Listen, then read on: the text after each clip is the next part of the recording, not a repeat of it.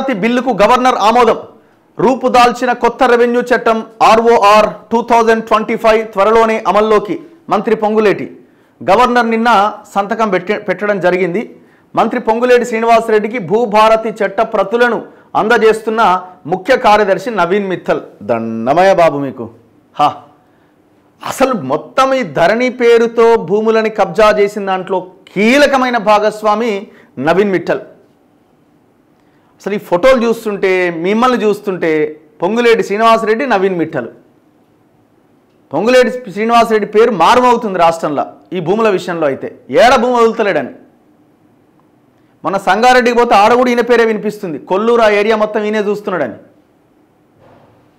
వీళ్ళకి రిలేషన్స్ ఉన్నాయి. ఈ కమ్యూనిటీలో ఉన్న ఈ బడా బడా లీడర్లు ఈ చిన్న ఈ కమ్యూనిటీ వాళ్ళ సామాజిక వర్గంలో ఎటుపోయినా అన్నదమ్ములు, బాబామార్దులు ఈ చైన్ ఉంటుంది వీళ్ళకి. ఒకరి పిల్లని ఒకరు ఇచ్చుకోవడాలు, ఈ పార్టీలో అందరు కలిసే ఉంటారు వీళ్ళంతా.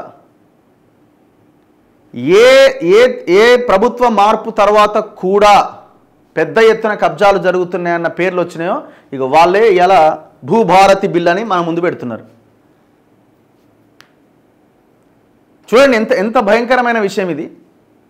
40 మంది లంబడోళ్ళని రోడ్డు మీద పడేసిరాడ. 307 307 మర్డర్ కేసు పెట్టిరు జేసీబీని అడ్డుకున్నందుకు. ఎవరి ఆదేశాలతో ఆ భూమి ఆ దొంగలకి ఆ ముగ్గురు రెడ్లకు రాసిచ్చిర్రు? నవీన్ మిట్టల్ ఆదేశాల మేరకి ఆనాడు ప్రొసీడింగ్స్ ఇచ్చిర్రు. ఈనాడు అదే నవీన్ మిట్టల్ ఉన్నాడు, ఈనాడు పొంగులేటి ఎంటర్ అయ్యిండు. ఎంత దుర్మార్గం ఇది. ప్రశ్నిస్తున్నా, ఇది మా భూమి, 40-50 ఏళ్ళుగా ఈ భూమిలో మేమే సాగు చేస్తున్నాం అంటున్న లంబడోళ్ళ మీద మర్డర్ కేసు పెట్టిరు. నిన్న అదే జరిగింది. వీళ్ళు అంటున్నారు ఇప్పుడు భూభారతి బిల్లు తెచ్చినా చూడురు అంటారు. ఏం నమ్మకం లేదు మాకు మీ వ్యవస్థ మీద అసలు మాకు నమ్మకం లేదు. మీరు అంటున్నారు ధరణి పేరుతో కొన్ని లక్షల ఎకరాల భూమి ఖతం అయింది కదా డైరెక్ట్గా డేటా. ఇప్పుడు ఇది కూడా దేని ద్వారా చేసిరు అనుకుంటున్నారు?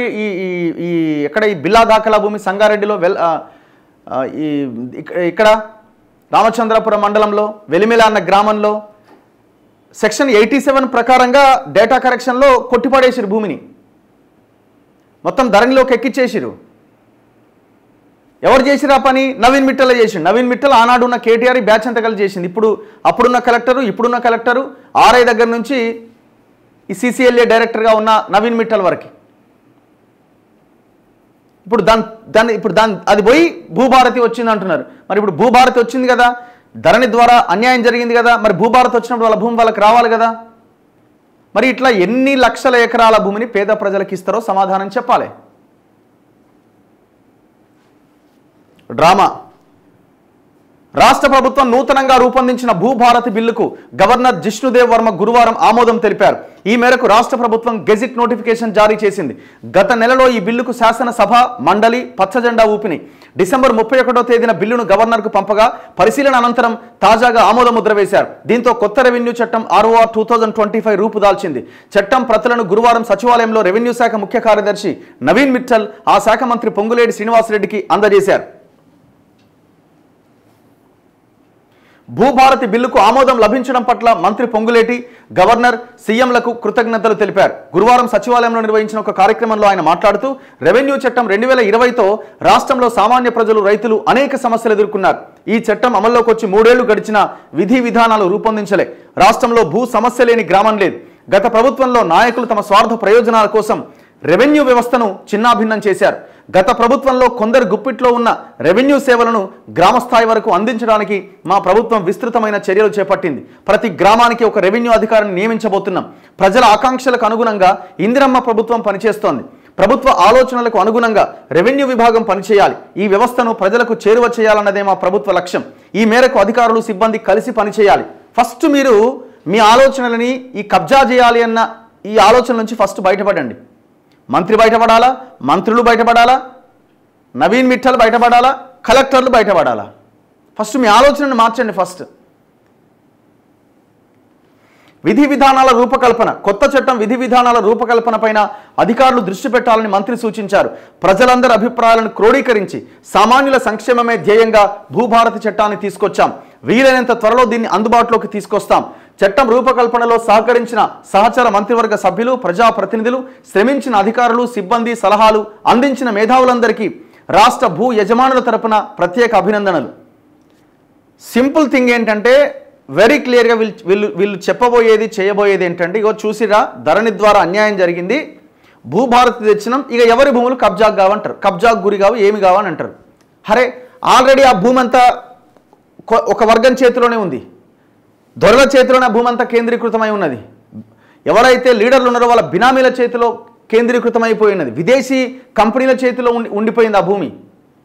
నువ్వు ఈ భూభారతి తేవడమే కాదు, పోయిన భూమి వెనక్కి తీసుకురావాలి, పోయిన భూమి వెనక్కి తీసుకొచ్చి భూభారతి ద్వారా రక్షింపబడాలి.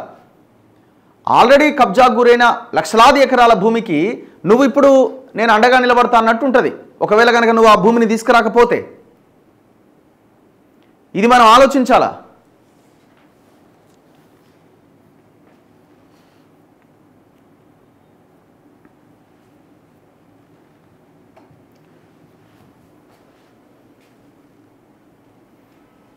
మీరు చూడండి, ఎవ్వరు కూడా ఈ భూభారతి మీద కానీ అందులో ఉన్న ఏమైనా చిన్న చిన్న పాయింట్స్ లొసుగులు ఉన్నా ఇంకోటి ఉన్న ఎవ్వరు మాట్లాడు, ఎవరికి అవసరం లేదు. ఎందుకంటే అన్ని పార్టీలు ఆ భూమి చుట్టే తిరుగుతున్నాయి, జనం తిరుగుతలేరు ఆ భూమి చుట్టూ. ఇక్కడ మనం ఆలోచించాల్సింది, పేద ప్రజలు భూమి గురించి మనం మాట్లాడతలేం, లీడర్లు అసలే మాట్లాడరు, మనం మాట్లాడతలేం, మనమే మాట్లాడాలా.